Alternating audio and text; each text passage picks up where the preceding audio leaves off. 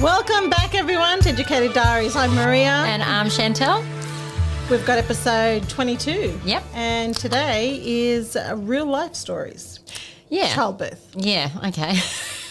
Do we really want to go there? Do we really want to relive those moments? Well, you know, look, I think this is not to scare anyone. No. This is not, you know, this is what happened to me. This is what's happened to you.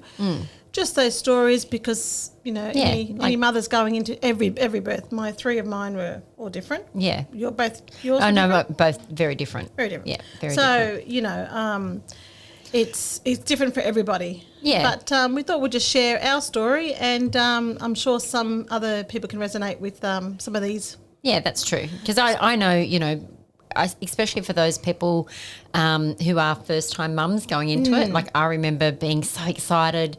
Yeah. So, you know, I had all in my head how I was going to do. Did you do the classes? No, I didn't do the classes. No, I didn't do the classes either. But, I was going to, okay. but I think for me, the only reason why I didn't is that I just studied pretty much 4 years of early childhood. Yeah. We'd watched all those videos during all of the child Yeah. development parts anyway. So that's why I was like, oh, no, I'll be right. I'll be right. Hindsight might have actually helped, to be honest with you, like with Paris. Because her labour was quite long. Yeah, so let's start from the beginning. So we'll start off with mine first, the first one. Jaden. Yep, okay, go. because after Jaden came along, No, Clara. and then Paris. Yeah. So let's okay, so we're going back 25 years. Well, he'll be 26 soon. And I still remember that day like it was yesterday. It was on Mother's Day, actually. And, I went in there going, okay, you know, like you said. Yeah, I got this. Yeah, exactly. I got this. I'm good. I had been studying and, you know, and you're in your... And you're around so many families as well. Like I remember all the parents that come in. My own kindergarten. And I was like seeing all the parents and listening to them talking and blah, blah, blah. And I went in there that morning and I was like, what is happening? First of all, the pregnancy, I was sick as anything, like vomiting all the time.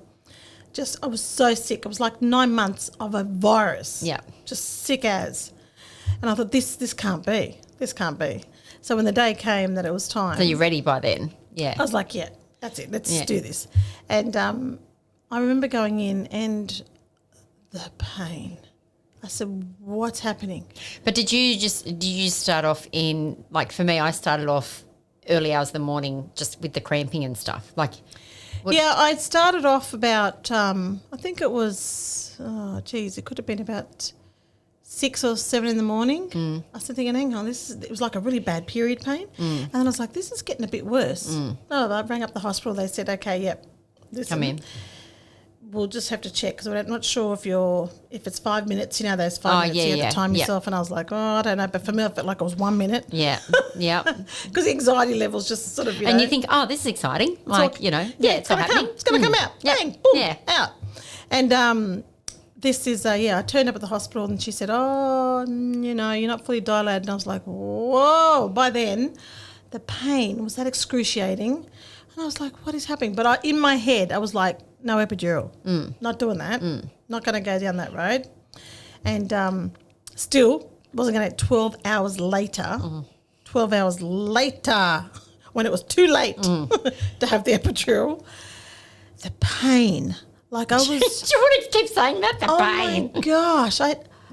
I remember because Mum came in also. And I was like, I remember grabbing her going, you lied to me.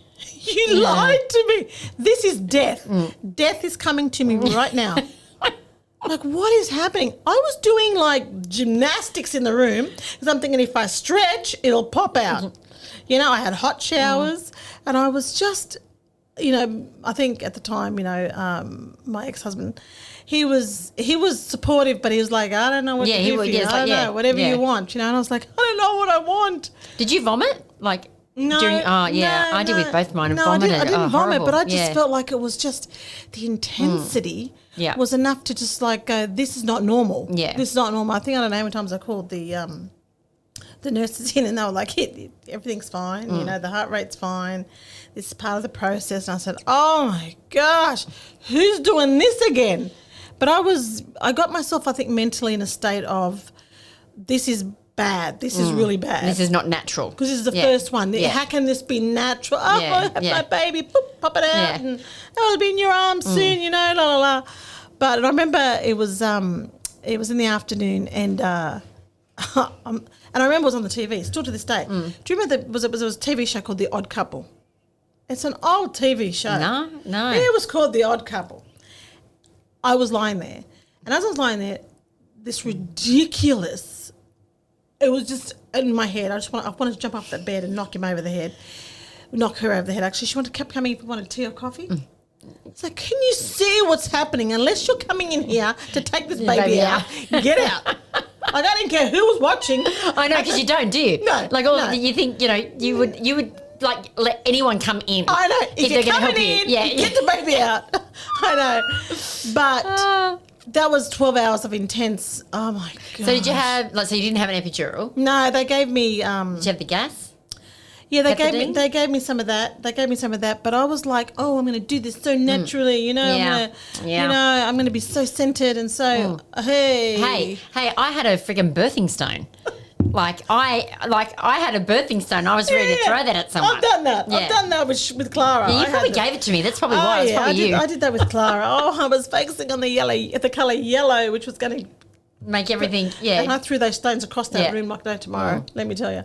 But you know what? As soon as Jaden came out, it was like a light switch. Yeah, and isn't it how funny how people go, oh, you just, just wait. And you're like, I'm waiting. Like there's no, I remember with Paris, I was so tired, so tired because she had started at I think my labour had started at, I think it was about 3 o'clock in the morning, 4 o'clock in the morning. And so I actually didn't give birth to her till the following day at 10 to 2 in the morning. Right. But I remember the nurses saying, oh, Chantel, you just wait till you have this baby in your arms. It'll be all. And I remember thinking, you're a fuckwit. All I'm going to do as soon as this baby's out is I'm going to sleep. I don't know what drugs you're on, woman, because I'm telling you now, I just want to close my eyes and go to sleep. Someone can take this baby and I'm going to sleep. But it was true. As soon as she was out, it was just like. It was like a light switch, eh? It's just and I went, nuts. What was that? Yeah. What? I mean, I had torn, but who's right? No, you don't know. That's right. That pain's nothing. No. Until the next day when I go and wee. But Yeah. but I was like, oh my God, what just happened? You know? Yeah. It's like I remember saying to someone, just get a baseball bat and smack yourself over the head a couple of times because that's what it is. You're like going, what the actual? Smack yourself over the head a couple of times. You go, oh, okay, yep, that's childbirth. That's childbirth. And I don't know. And, everyone might have a different thing. I know. They really might. But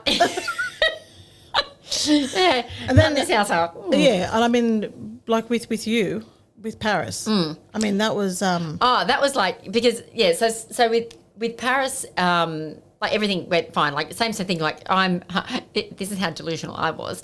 I remember getting up in the morning and in labour and all the rest of it and having a shower and doing my hair and my makeup because, I had the video. I didn't want to look ugly. yeah.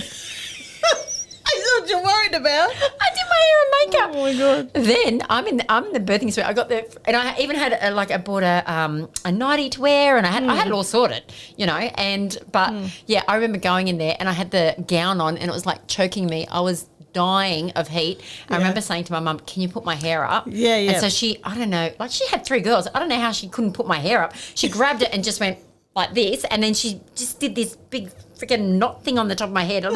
I've got photos, and let me tell you, it's not attractive whatsoever. There's not one skerrick of makeup left on the face. The hair is atrocious, but it's so funny how I was like, no, that was my mindset. Yeah. I'm going to go in. I'm going to, I'm going to have this baby, and that. But with Pat, obviously. For those who have heard the other podcast, she was born with a cleft, and we weren't expecting that at all. So that was very different. So after 22 hours of Brent sitting there going, and I remember apologising to him because it was taking so long, and he's like, oh, it's okay. Him and Mum were freezing, and I'm going, is that hot? I'm ready to strip off. So then when Paris was born, it was 10 to 2 in the morning, and I still remember the doctor giving her to me and and then me realising what was going on. Yeah. But then after that, Mum actually rang my dad, rang my brother and my 2 sisters, and so our tradition is you come in, you have a drink, and that's by the time they got there, it was probably 2:30, 3 o'clock in the morning. Yeah. Brent's cracking open the esky. We're all having a bit of a cry. I won't deny it. But we're all having a drink in my room at like 3 o'clock in the morning. Yeah. But I remember sitting there just like stunned and that. But again, like her labour was so long that I just remember that they actually broke my water for me, because by the time I went in there, they said, you're dilated, but we'll move things along. Yeah. And so then I remember saying to a nurse, like, she came in and I go, I don't know where to push. So maybe those classes might have been, they might have actually freaking helped. And this, to this day, this is where when people say you leave your dignity at the door, you actually do. Because I remember saying to her, she goes, now, Chantel, she put her hand there and she goes, now, can you feel where my hand is? Now push on that. And I went, okay, da-da-da. Next contraction, I remember saying to her, can you put your hand back down there? I said, because it feels better. And I'm like, the next day I'm going, I can't believe I asked a nurse to put a hand in my... So I knew what to, like, and I'm like, you got to do what you got to do. Because it's like whatever's going to help. Whatever's going to help. I don't give a shit who you are. You could have been the freaking cleaner. Come on in and give me a hand, mate. So, I know. Gosh. And that, but the doctor ended up coming in, episiotomy, forceps. I remember Brent saying it. He goes, those salad tongs, it's like, he goes, and then he goes, the doctor had his like leg up on the bed and was like pulling. He goes, I thought they were going to pull her head off and that. But instant like that, I'm like, I didn't go to sleep. I don't even know what time I got to sleep that day. Well, again, too, you were faced with a surprise, that Paris. It wasn't, and that was the whole thing too. Is that I think you have in your head how it's all going to go. Yeah. So for all those women out there, just get that out of your head, because it's not going to happen that way half the time. They say to have your birthing plan and all that, and you know what? That might work for some people. Yeah. But for your first time, I don't think you're really ready for exactly what's going to happen to your body. No. And then you just don't know. Like, you think, oh yeah, I'm going to breastfeed, or I'm going to do this, or I'm going to do that, and you know what? No, like. It wasn't happening. So to try and feed her, it was like, okay, they put a tube down her throat and they were like, putting formula in the tube to feed her, and then my whole expectation of motherhood changed in an instant. And probably it was lucky that I didn't have like a set thing in my mind, because that probably would have been worse. Whereas I was just like, okay, all right, let's just go with this. This is what we're going to do, and that. So I think just before when you're young and you think, oh, I'm going to have children, and you listen to all these stories, and then you become pregnant and you think, okay, but at the time of when it happens, you're in a different. So I remember too, Dad was already diagnosed with cancer, so it was a year before he died. So for me to give birth to the first his children, my brother already had a little girl, but for me to have mine, and I was so excited because he was alive, and I thought this would be the thing that would keep him going. And Jaden got his name, Ilario, as his middle name, which Dad then came in crying his eyes out, because he never expected. He wasn't the traditional Italian that you had to carry the name on. He was like, you choose your own names. It's going to be important that he grows up the way you want them to be. And so it was a bit of a excitement, because I was thinking, oh, he's here, he's got to see his grandson, and which is amazing. We're pretty blessed. And you don't realise when their time comes up that you don't think this was ever going to happen. Your parents won't be around to see children, their grandchildren and such. But with Clara, Dad already passed that year. So I went through a different labour emotionally. Yes. I was more I do remember that. That whole heartache, he's not here to see Clara being born. I don't know whether that played an impact on, I had to be induced with her. Okay, so what about, with the induced, did they... Remember that baseball bat? Yeah, you had a couple, did you? So I was fine, because when you're induced, you're not going into any labour. Yeah. So I was fine. Well, did they do the gel, or did they put like a needle in? No. Okay, let me just tell you. Well, yes, look, some people get induced because obviously if they're going through the pain and nothing's happening. Then they do something else, They have to. But I was more or less like, nothing. I went from waking up at 4 o'clock to turn up at the hospital at 5 o'clock. We're going to induce you, and I'm going, okay, that's going to bring it on, because emotionally I wasn't coping. I had lost my dad, and the whole pregnancy was a bit emotional. Anyway, and so when I turned up to the hospital, and then they came in and they said, we're going to set you up. So they had the drip. The drip. All of a sudden, it's like I'm watching a movie, and the drip just slowly drops, and I'm watching it go all the way down until it hit there. As soon as it went in, That's when I got hit by the baseball bat. Like, massive. I went, whoa. I said, can you stop? She said, oh, no, I can't stop this, Maria. I said, oh, my God. Pain plus. Like, at least, like with Jane, I went from this period pain and blah, blah, blah. You never wonder, like, everyone's different. No. They go, oh, yeah, be induced. Oh, blah. So it's just, it hit me like, oh, my gosh. Ball. And I had gone in there going, I did meditation before I had Clara. So I was like, okay, I've got my birthing stones.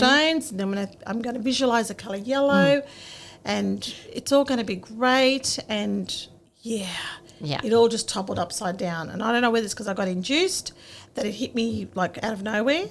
And then they had to come break my water. And let me tell you.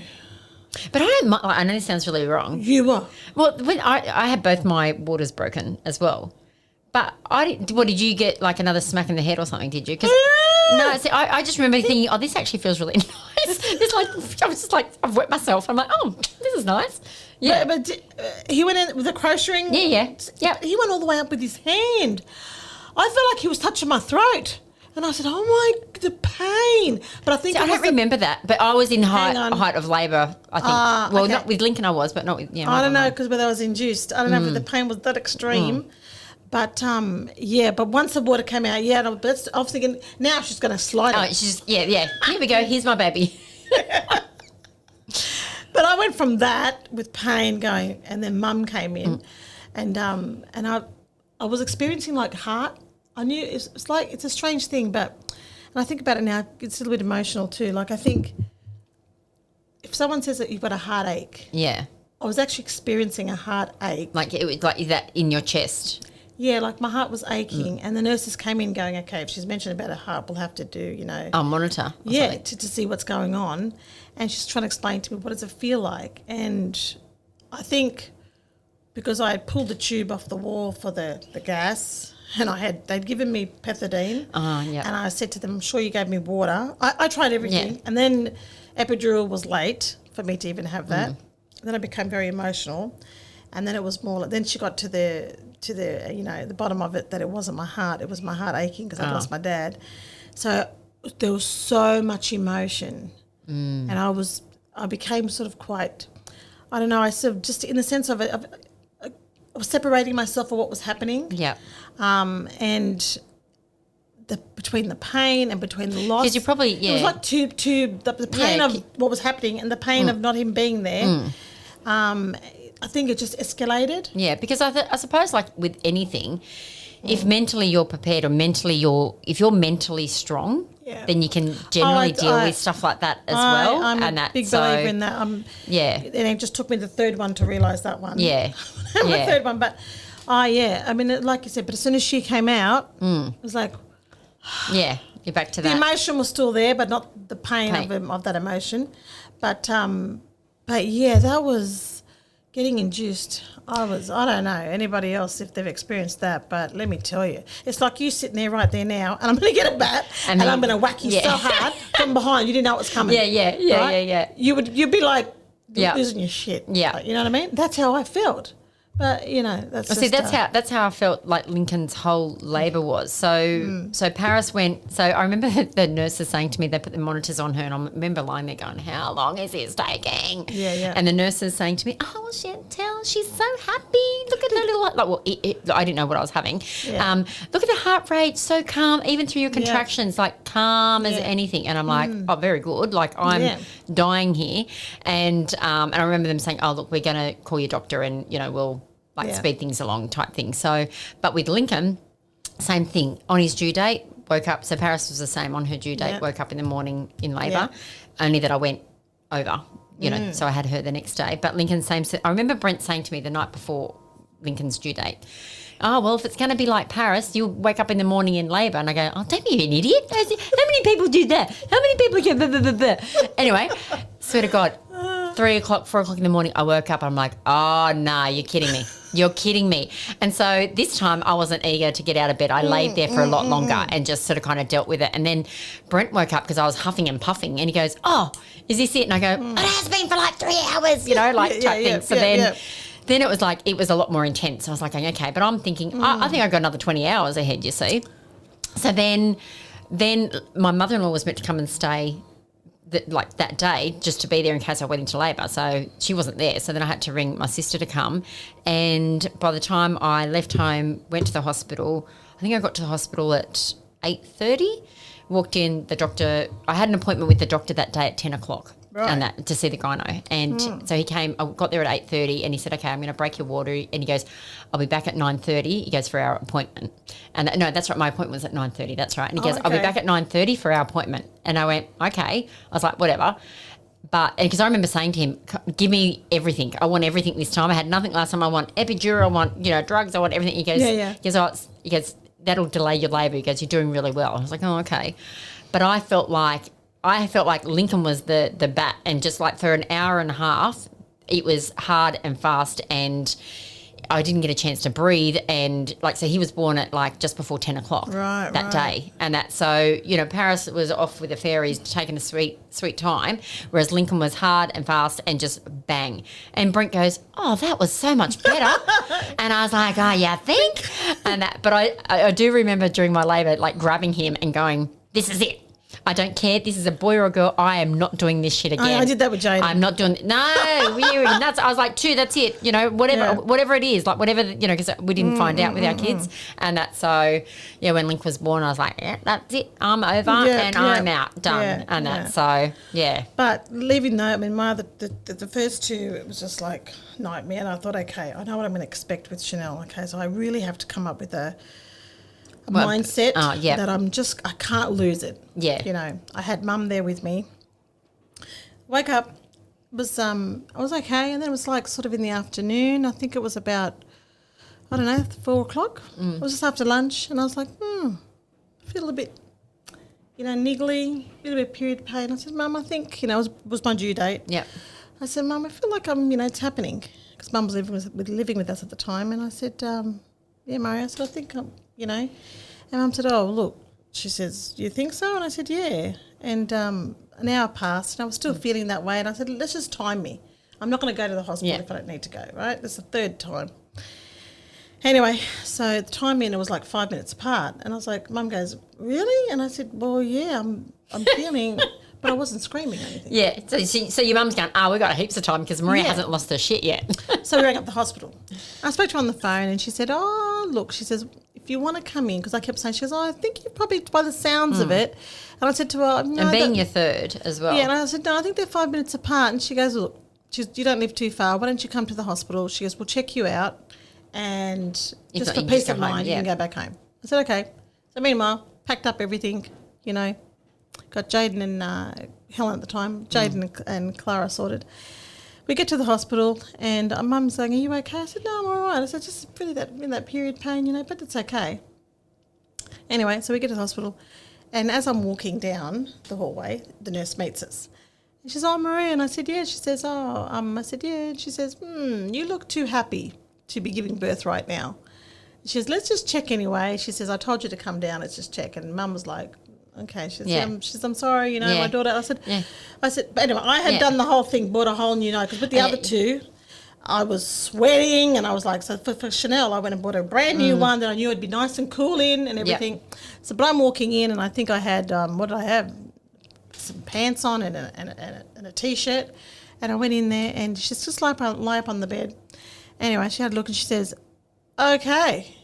She says, you're fully dilated. She goes, you're ready to give birth. And I was like, okay. And that's when you felt like someone's like, did someone actually hit me with that bat yet or what? No, I'm just lying there. And she says, I'm just going to get the doctor. She says, you're ready to give birth right now. So all of a sudden there's phone calls, there's a trolley, because they weren't ready for it. They weren't ready for it. Anyways, but it's all of a sudden, I look in the corner, and Mari's in the corner with pain, excruciating back pain. He can't get up. He can't move. And Mum's next to me. She's going, Mario, you need to be over here next to Clark. And she goes, I can't move. And the nurse walks in, and she says, take 2 Panadols, mate, because you need to be over here next to your wife. And he goes, I really can't move. And I said, oh, don't worry about him. And then Mum sort of went, what's going on, Maria? I said, I'm okay. I'm fine. I don't know. And it says, I can't feel any of that. Because I knew with Jaden and Clara, I'd be screaming by that's now. Right. And then the nurse says, do you need anything? She says, do you need any painkillers right now? Do you need any gas? I said, no. She says, okay then, right. She said, well, let's let's do go. this. And I said, oh, I haven't got change. My beautiful 90. She says, we haven't got time for any of that. Anyway, so the doctor came in, and all of a sudden I got myself into this meditated state. So prior to that, as you know, I went through a bit of anxiety. So in a sense of me knowing that I had to calm myself down and not let something overwhelm me, I think just lying there, it was such a spiritual moment. My dad appeared, and he was holding this little baby in this white blanket. But I could hear Mum saying, Maria, are you okay? Are you okay? And I kept looking over to her, and I said, oh, Mum, I'm fine. Now, she had been there for the previous two, and she knew she knew I was grabbing at her. I was pulling at her at the other two. She knew how you normally gave birth. Yeah. And she's going, I'm hot. She says, aren't you hot, Maria? I said, no, I'm not hot. So you're just fine. No. In the corner, there's still Maria bending over. Oh, gosh. Excruciating pain. Anyway, so Dad, before he died, he used to do some bit of meditation where he had to sit under a tree on a bench, and I used to, with him at night, I used to help him do that visualization. So, but when I was there with Chanel and I was closing my eyes, I could visually see him like it was real, like he was sitting in front of me, but he was on the bench, and he got up and he was holding her, wrapped up in this white blanket. And every time the doctor said push, my dad would say, come closer. Like he'd use his hand signal to come closer. As soon as the doctor said stop pushing, my dad would put his hand up to say stop. Everything coincided, and I was like, is this real? Like I'm thinking, oh. And I could see the smile on his face, and I was like, I was eager to get there, but he kept telling me to slow down. Slow down to get there. And all of a sudden, like meanwhile, my mum is like, Maria, what is wrong? What's going on? Maria's ready to die on me because she's like not screaming. No, she really thought that something was happening to me. And I looked over to her and I said, oh no, Dad's here. And she was in tears. But I wasn't in any tears because I was like, You're okay. Yeah. He's got Chanel. Yeah. And and the doctor's like saying, you're doing great, Maria, you're doing great. And as soon as I got to the bench where he was standing, I was the last, and he reached his arms out to hand her over to me. And as he handed her over to me, the doctor said one big push, and out she came, and then he handed the Chanel to me, and then he just disappeared. Wow. And then all of a sudden there's Chanel. It was like, that's what I'm saying, it was such a spiritual experience that I still remember every moment of it. And the minute that I had the baby, Mario's back was fine. His back pain. So Chanel's like, there you go, Dad, you can have that, He was fine. Oh. No pain. He said the pain was that bad. That he couldn't move. He couldn't come over to me. He could not come over to me. I only had Mum there waving. Yeah. Well, she was waving a magazine and she wanted the fan and she was... So she was getting all the heat, he was getting all the pain, and you're just sitting there going, having a good old chat to your dad. I know, but then when she came out like the colour of your jeans, blue. And they had to give her an adrenaline shot because she wouldn't cry and nothing was, because she had the cord wrapped around her. Okay. And then all of a sudden it was like she came pink and she did this big massive cry, and then I cried. Then you actually had that connection. It's like that experience that I just seen. How is anyone going to believe this? But no one has to. It's yours anyway. Like it's your experience. No. But in my head, I'm thinking, they're going to think that I was crazy because every time the doctor said push, he was saying come here. And every time the doctor said stop, I would stop. Like it was just a amazing experience. And so if they were all like that, I would probably have 5 or 6 kids. Oh, no, imagine if that was your first one and then you went back to the other two, you'd be like, what is this? What is this? I know. Yeah. See, every child, every experience is different. Yeah, so, and that's what I often say to like a lot of friends that are about to have a baby or whatever. I go, you know what? You will have and I've had a few friends that have had difficulties and things that have gone wrong, and I've just said, this is your story. Every child has their own unique birth story. Yep. Like I say to Paris, hers was very unique in the sense that she was, I was grateful that she was so happy and content that even when she was born, that she had, it was a different vibe in the hospital room. Lincoln came in and it's funny because that's very much his personality growing up. He was like, hard and fast. His kid was just like a rocket, and that. So and I think sometimes too that those birth stories. My kids love hearing their birth stories as well. So hopefully, Well, hopefully we haven't scared anybody off. Oh, don't worry. Once the baby's in there's nothing you can do about it. Let me tell you. And I do remember one of the parents at the preschool with her second one. She was like, I'm so scared. I know what I went through the first time. Yeah, I know. There's nothing I can do about it now. No, you can't. That's you right. can't. But anyway, it's a blessing in disguise, and it's one of those things that Yeah, it is, and it's so true. So if you are going through those moments and you're thinking, what the is this?